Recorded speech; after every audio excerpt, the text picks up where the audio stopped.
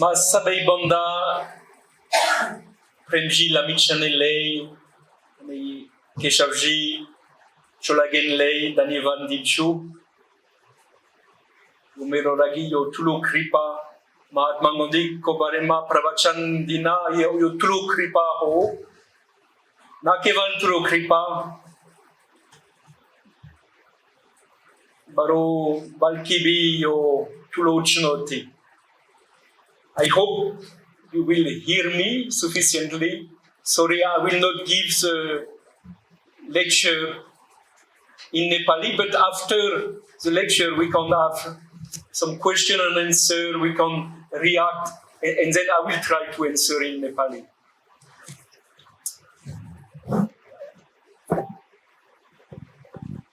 Maybe allow me before starting this lecture, Gandhi, an interreligious legacy, to tell you a few things that you will understand who is speaking to you and why this person, this queer, is speaking to you about Gandhi. I was born almost 50 years ago in France, in Europe. But at the age of 21, I came to India.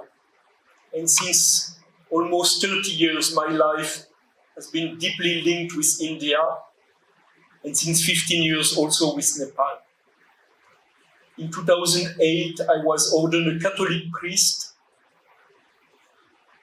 But the church has not kept me in Europe. After completing my PhD, my doctorate, I was sent back to India. Previously, I had, as I told you, at the age of 21, I came to India. I was living in a slum of Chennai, Tamil Nadu, with fishermen. When I came back after my priestly ordination and my doctorate, I settled in Varanasi, a city which is Kashi, which is very dear to Nepali, because the two cities, Kathmandu and Varanasi, has been so much linked in history. And since 15 years, I have been living on the banks of the Ganges. And today I am animating a place called Maitri Bhavan, which is a center for interreligious dialogue. Savadam Samvad Kakendra. And as you know, Varanasi is very hot in summer, so I need to come to rest in this beautiful city of Kathmandu. And the past 10 years, I have so much received from Kathmandu and Nepali people and Nepali culture that has also widened my heart to a new reality and a new people. Saying that, so I would like to enter in this short lecture, Gandhiji, an interreligious legacy. I think it's a great grace to be called to speak about the Mahatma Gandhi, because we know very well that the Mahatma, even you see his face on the Indian banknotes everywhere, but it's a quite of forgotten figure. We honor him on 2nd October, on 30 January. We honor him, but we honor him as maybe as a beautiful piece of a museum. It's a part of the history of the Indian subcontinent. But maybe it's no more a source of inspiration. Even sometimes we misuse the message of Mahatma Gandhi. There are even people who are today worshipping Naturam Godse and saying Naturam Godse ki jai, the one who has killed the Mahatma Gandhi. I think the Mahatma Gandhi is a great source of inspiration for today and for tomorrow. And maybe he's more famous today abroad than in India. Famous in the sense he's more inspiring for foreigners than for Indians. Recently, we have celebrated the 90th anniversary of the Dalai Lama. And always the Dalai Lama has told how he was influenced by the satyagraha of the Mahatma Gandhi.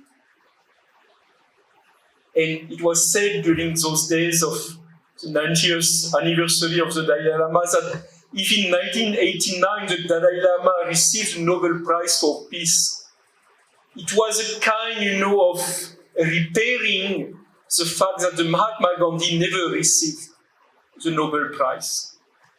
We know also that the Mahatma has influenced other foreigners like Martin Luther King, the great defender of the right of the Africans in America. Nelson Mandela, who has managed to stop this terrible, unjust system of apartheid in South Africa, where Gandhiji was living. And I think, if the Mahatma can inspire today, because the Mahatma was always dreaming a new world. And there are some people who speak to us not from the past, when the Mahatma has left his body in 1948. He doesn't speak to us from the past, but from the future of this new world he was dreaming. And in his vision, and personally, I received so much inspiration from his interreligious or interfaith legacy. During this lecture, I will mention a little our life in Varanasi and the life of Maitri Bhavan, the Center for Interreligious Dialogue in Varanasi, which since 50 years have been trying to promote dialogue and understanding between all the religions, and there are so many living in Varanasi. But for me now, I would like to speak of the Mahatma Gandhi with two parts, two steps. First, I will come back on his life. I think all of us, we know his life, but I will stress how his life has been an example, a wonderful example of interreligious dialogue. That will be my first step. And the second step, I will try, from all this great adventurous life, inspiring life of the Mahatma, I will try to recollect some points which can help us not only to think, but to live interreligious dialogue. But let us come back to the life of the Mahatma with those glasses. The special glasses I will use is to see how this life can speak to us about interreligious dialogue and how the life of the Mahatma was at the crossroads of so many religions. As you know, the Mahatma Gandhi was born in Porbandar, Gujarat, on the 2nd October 1869. And he died in New Delhi, was assassinated in New Delhi on the 30th January 1948. And this long life was a long life. I would like to come back to this life and look at this life as a progressive opening of the heart of the Mahatma, not only an opening of his heart and mind to the whole world, but an opening to the different religions. We know very well that Mahatma Gandhi was born in Gujarat in a Vaishnava Banya family. His mother was very devoted of Lord Vishnu, and from his very first years, he saw his mother praying, he heard about Ram, he heard about Krishna, and he had a very special link with Ram. But he was born only in a Hindu family, and he was dealing the first 19 years of his life only with Hindus, He had no experience of other religions. And the first opening, the first step, will come at the age of 19 years in 1888, when the Mahatma Gandhi will leave for London to pursue his study. He will become a barrister in London, his law studies in London. And coming to London, it was the capital of this great empire of which India was a part at that time, the British Empire. Coming in 1888 to London, the Mahatma will have an exposure to a greater world and a new world. 1 year after his arrival in London, he discovered the Sermon of the Mount. The Sermon of the Mount, it's a part of the Bible. It's very few, 3 chapters of the Bible in the Gospel of St. Matthew, and it is a kind of essence of the teaching of Jesus. So in 1889, the Mahatma started, because he met some Christians, he started to read the Bible, and many pages in the Bible he was bored, and sleeping, And always I say, if you Hindu, you want, often some Hindus said, Yann, we like to discover the Bible. Shall we start from the beginning? I said, no. You will get bored if you start from the beginning. But go, for example, to read one gospel. And it is, when the Mahatma started to read the gospel of St. Matthew, this gospel, it's a short writing about the life and teaching of Jesus. And especially when he arrived at what is called to the Sermon of the Mount, and then he was awakened, and he was so much inspired by this Sermon of the Mount. And this Sermon of the Mount, I will just come back and reading you 2 quotations, and you will understand why they were so inspiring for the Mahatma. But in the same time, the Mahatma was reading the Sermon of the Mount, a Christian text. He was rediscovering the Bhagavad Gita. So I don't think there is no need for me to introduce you to the Bhagavad Gita, the 18 chapters, which has been so influential to the Mahatma Gandhi. He will even write a commentary called Anasakti Ashram. But reading in parallel the Sermon of the Mount and the Bhagavad Gita, he discovers the greatness of renunciation, tyag, of ahimsa, non-violence. And let me quote to you 2 verses of the Sermon of the Mount, chapter 5 in the Gospel of St. Matthew. Jesus said, "You have heard that it was said, an eye for eye and a tooth for tooth." That was a kind of saying among the Jews that if they beat you, you have to revenge, and you have to beat the one who has beaten you. So you have heard that it was said, an eye for eye and a tooth for tooth. But I say to you, offer no resistance to one who is evil.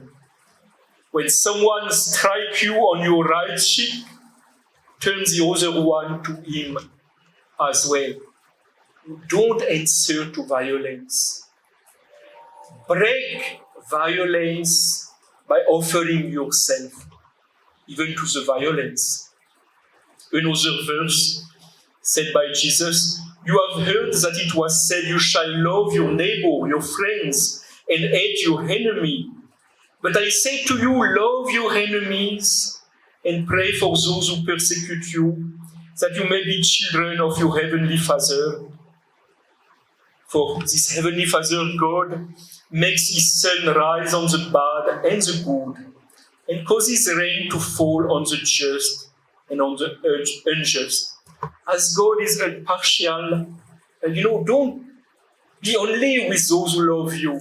Love your enemies, and be sure that the life of Gandhi and the life of Gandhi itself is one of the most beautiful explanations that we have from this text, the Sermon of the Mount.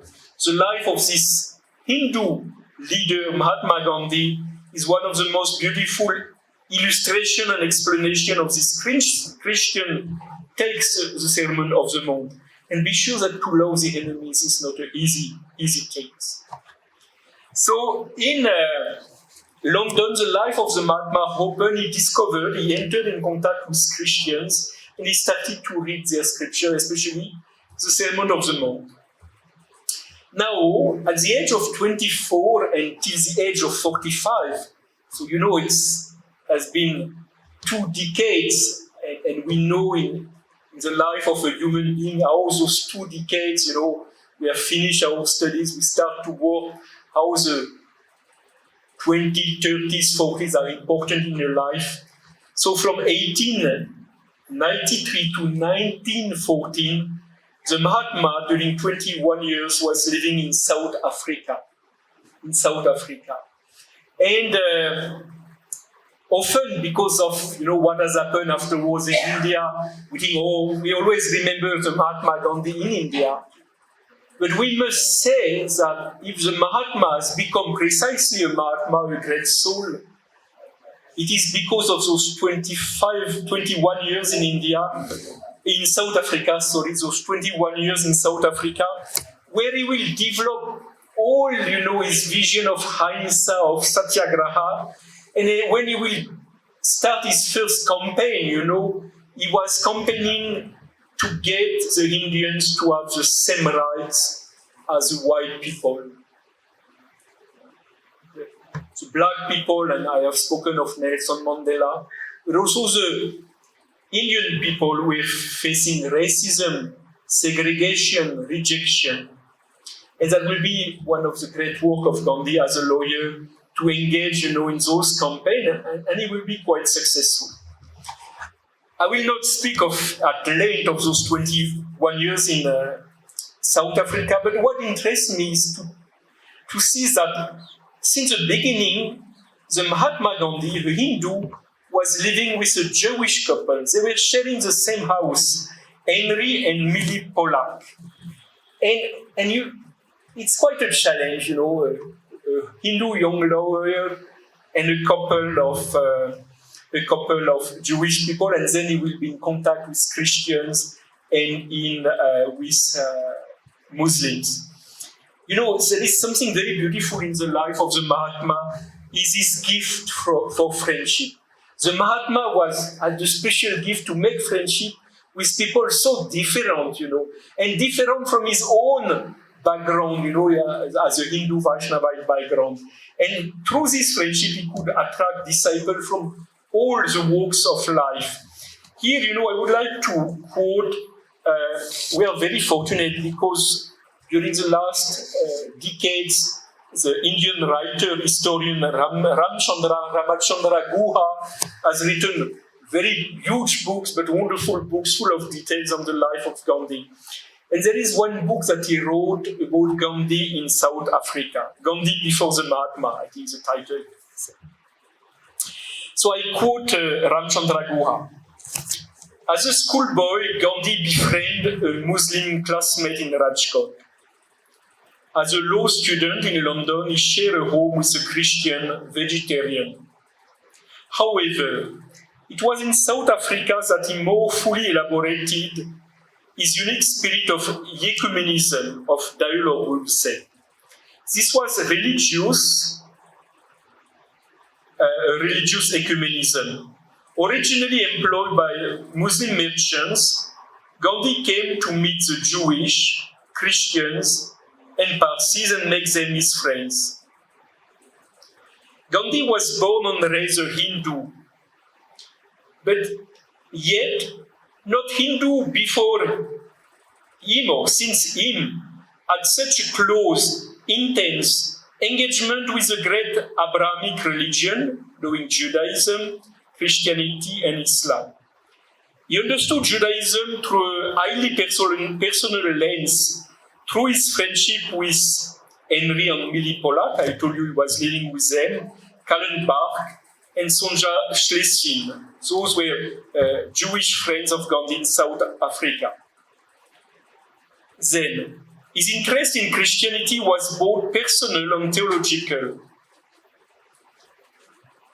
He was so much influenced by the Sermon of the Mount, and also a book of the Russian writer Leo Tolstoy, The Kingdom of God is Within You. Judaism, Christianity, and then his relationship with Islam were partly personal, but largely pragmatic and political. He had read the Quran, probably more than once, but was never really moved by it the same way as it was moved by the Gita or the Sermon of the Mount. He had some Muslim friends, But what concerned him much more, was the forging of a compact link between Hindus and Muslims, the major communities in the Indian diaspora in South Africa, as they were in India itself. So you see, Gandhi opening his heart, opening his life to the Jews through friendship, to the Christians through friendship and reading the gospel, and through Muslims who were also his companions of all his political campaign in South Africa. In 1910, in South Africa, Gandhiji founded the Tolstol Farm. And the Tolstol Farm was the first of the many ashrams that Gandhi has created and founded. We know very well two of those ashrams in India, the Sabarmati Ashram in Ahmedabad, and from the Sabarmati Ashram, he will start the Salt Walk, and he will go to Gandhi. And then Sevagra Ashram, which is in Maharashtra. In those ashrams, Gandhi understood that to create, he had some followers, some disciples, but he had to form them as a satyagrahi, as people with a mind renew people. And I can say it was very challenging, He was challenging his disciples. The Brahmin disciples living in their ashram were saying to them, you go to wash the toilets as every people. There is no caste difference, He wanted to form them. And one thing is remarkable is that in all the ashrams of Gandhi, you could find Hindu, Muslims, and Christians living alone. Hindu, Muslims, and Christians living alone. It was not easy always, but it was an opportunity for each one of them to open their heart and to be transformed. And in the community prayers, there was community prayers in the ashrams, you could hear some songs and some texts from the Hindu, Christian, Parsi, and Muslim traditions. I quote again Ramchandra Guha in his book on Gandhi. Every Sunday in the ashram of South Phoenix in South Africa, another ashram in South Africa, every Sunday people were gathering for interfaith prayer meeting. Excerpts from the Gita and the New Testament, the Bible, among other texts, were read, and hymns in Gujarati and English sung. Gandhiji's favorite hymns included Lead Kindly Light and the Hymn of Consecration, two very famous hymns for the Christian English. This kind of openness, using the guitar, quoting the Bible, singing, bhajans, and singing Christian songs. That was the life in the ashram in South Africa of Gandhiji. Now we reach the year 1915, and Gandhi will return to India. Actually, one of the people who was convinced Gandhiji to return to his own country, because he had quite a flourishing life and full of passion. He was also put in prison, as you know, in South Africa. He could have remained in South Africa. But one of those who convinced Gandhiji to return to India was a Christian British priest, Charles Freer Andrews, C.F. Andrews, who was a teacher in St. Stephen, Delhi. And C.F. Andrews has been really the Christian, and I put everything with capital letters, the Christian friends of Gandhi. They were so close together, from their meeting in 1914 till the death. They were, two brothers, two spiritual brothers. When Gandhiji arrived in India, and just before returning to India in 1915, Pranjivan Mehta wrote to Gokhale, who was the political mentor of Gandhi in Maharashtra. And already, and I will quote this letter, already the fame of the Mahatma, who was not living in India but in South Africa, already, his fame was the fame Mahatma of a great soul. I quote Pranjivan Mehta. In my humble opinion, speaking of Gandhi to Gokhale, in my humble opinion, men like him, Gandhi, are born on very rare occasions, and then in India alone. As far as I can see, it seems to me that India has not produced an equally far-seeing prophet like him during the last 5 or 6 centuries. And that if he was born in the 18th century, if Gandhi was born in the 18th century, India would have been a far different land from what it is now. And its story would have been altogether differently written. I shall be anxiously waiting to hear from you that your present view of his capacity has changed considerably since coming in greater personal contact with him, and that you see in him one of those men who are occasionally born to elevate humanity in the land of their birth. I hope that you see in him one of those men who are occasionally born to elevate humanity in the land of their birth. So already Gandhi came with this reputation, with this fame of Mahatma. After spending 1 year in silence, traveling in his third-class train, traveling all around India, because after 21 years in South Africa, he needed to see the reality of India. Gandhiji will start all his battles of Swaraj with his friends. And his friends were Hindus like Jawaharlal Nehru, Vallabhbhai Patel, Sarojini Naidu, but also Muslims, Maulana Abdul Kalam Azad and Khan Abdul Ghaffar Khan, from the Northwest province, and Christian like C.F. Andrews. And this great battle of the Swaraj will really keep busy Gandhi till the end of his life, because he will die only 1 year after independence. When we look at this battle of Swaraj, Gandhi is a Hindu, and that is a great irony, By his battle of Swaraj, led with Ahimsa, he was reminding to this Christian government, British government of India, the truth of Christ. He is a Hindu.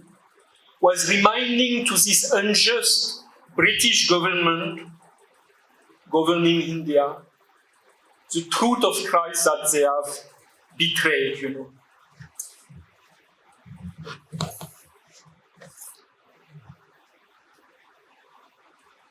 I will, as I told you, I will not come back all in detail in the life of Gandhi. It would be so much to speak about the Swaraj campaign, the Quit India campaign, his campaign for, to promote and suppress untouchability, opening the temple.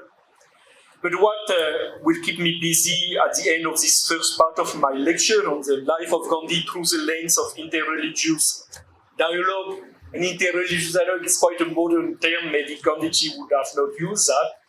What will keep me busy is to see his last great battle, and the battle in which he will lose his own life. The battle for the reconciliation between Hindu and Muslims. Because for Gandhi, the Swaraj was not only to liberate India from the British clutches, but it was to create an independent state in which Hindus and Muslims will live together. And we know that he was defeated by the partition, he was defeated by the bloodbath. But he wanted an India independent in which Hindu and Muslims will live together. And indeed, during one of his many fasts, Gandhiji was fasting a lot. It was a part of his political campaign. In September 24, he was fasting in answer to Hindu and Muslim riots. Gandhiji was saying that, and I quote him, "I am striving to become the best cement between the two communities, Islam and Hinduism. My longing is to be able to cement the two communities with my blood, if necessary. But before I can do so, I must prove to the Muslims that I love them as well as I love the Hindus. My religion teaches me to love all equally.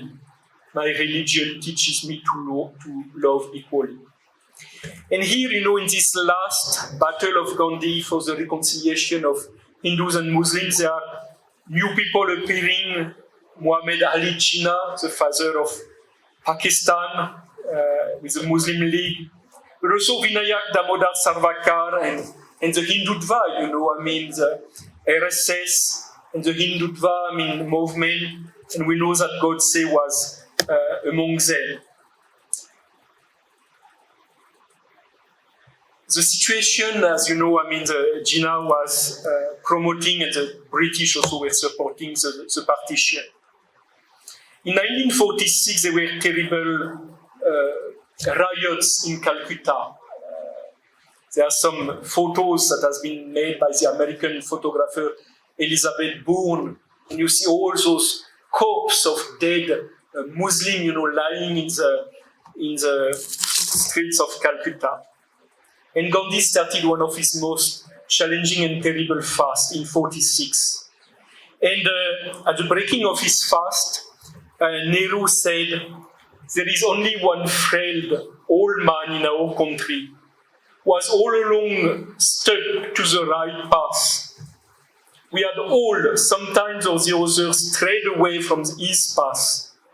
In order to make us realize our mistakes, he undertook this great ordeal, this great fast." There was a retaliation after, the riot of Calcutta in Noakhali. Noakhali is a district of West Bengal. And then the Muslims started, to kill the Hindus. And then, this old Gandhi, 78 years old, I think, at the time, he started to learn Bengali. And he went walking with this group of Satyagrahi. He went walking from village to village in Noakhali, crossing all, you have all the canals of, the Ganges River, that is the delta of the Ganges. And he was going from door to door, gathering people, speaking of reconciliation. Now was Gandhi, he is a lonely pilgrim of peace, walking barefoot from village to village, appealing for good sense, stimulating courage, restoring confidence, reviving trust and love between Hindus and Muslims, so that the wounds could be bound up and men and women could live in friendship. He managed to bring peace in Noakhali, but in 1947, the independence of India and Pakistan was made through the partition, through this terrible vivisection. Vivisection is the term we use when we are cutting from a living body, a part of the body. So imagine I cut here my hands or my feet. That was happened to India. It was a bloody vivisection with the partition. 1 billion deaths. 1 million deaths, 15 millions of exile, Hindus from Pakistan going to India, and then Sardar Sikhs and Muslims going to Pakistan. And the trains were attacked, ambushed, people were all killed in the train were reaching at the station, everybody was slaughtered and dead inside. And Gandhi was hearing that, it was as if all his life, all his ideals everything was collapsing. And yet he had the desire to go to Pakistan, spend some time as a final act of reconciliation. I quote Gandhiji, what he was writing on the 2nd October 1947, 1 year before his death. "I am surprised and I am also ashamed that I am still alive. I am the same person whose word was honored by the millions of the country. But today nobody listens to me. You want only the Hindus to remain in India and say that none else should be left behind.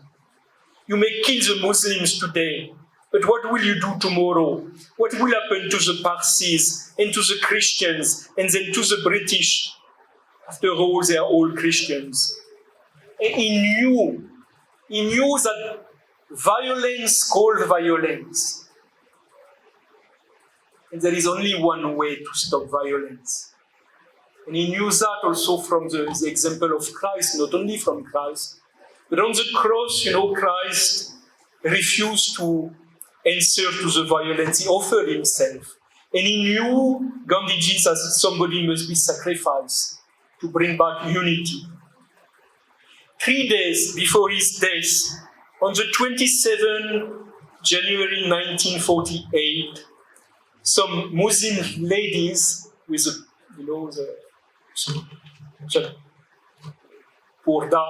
some Muslims lady and some Hindu ladies, women, came to meet Gandhi at Birla House. And the Muslims said, will be soon the urs of the Dargah, in the Dargah of Bhaktiar Kaki in Meroli. And they were afraid to go to Meroli. And Gandhi said, I will come with you, so that you Muslim women could venerate your peer, your Sufi saint. And we know that very early in his life, Gandhiji stopped going in the temple. He was not going in the temple. He went twice in his adult life. He went twice to a temple or religious place. In the 30s, when the Arijan, when the intouchables were allowed to enter in the temple, he went to the famous Meenakshi temple in Madurai, Tamil Nadu. And then, 3 days before his death, he went to the Meroli Dargah.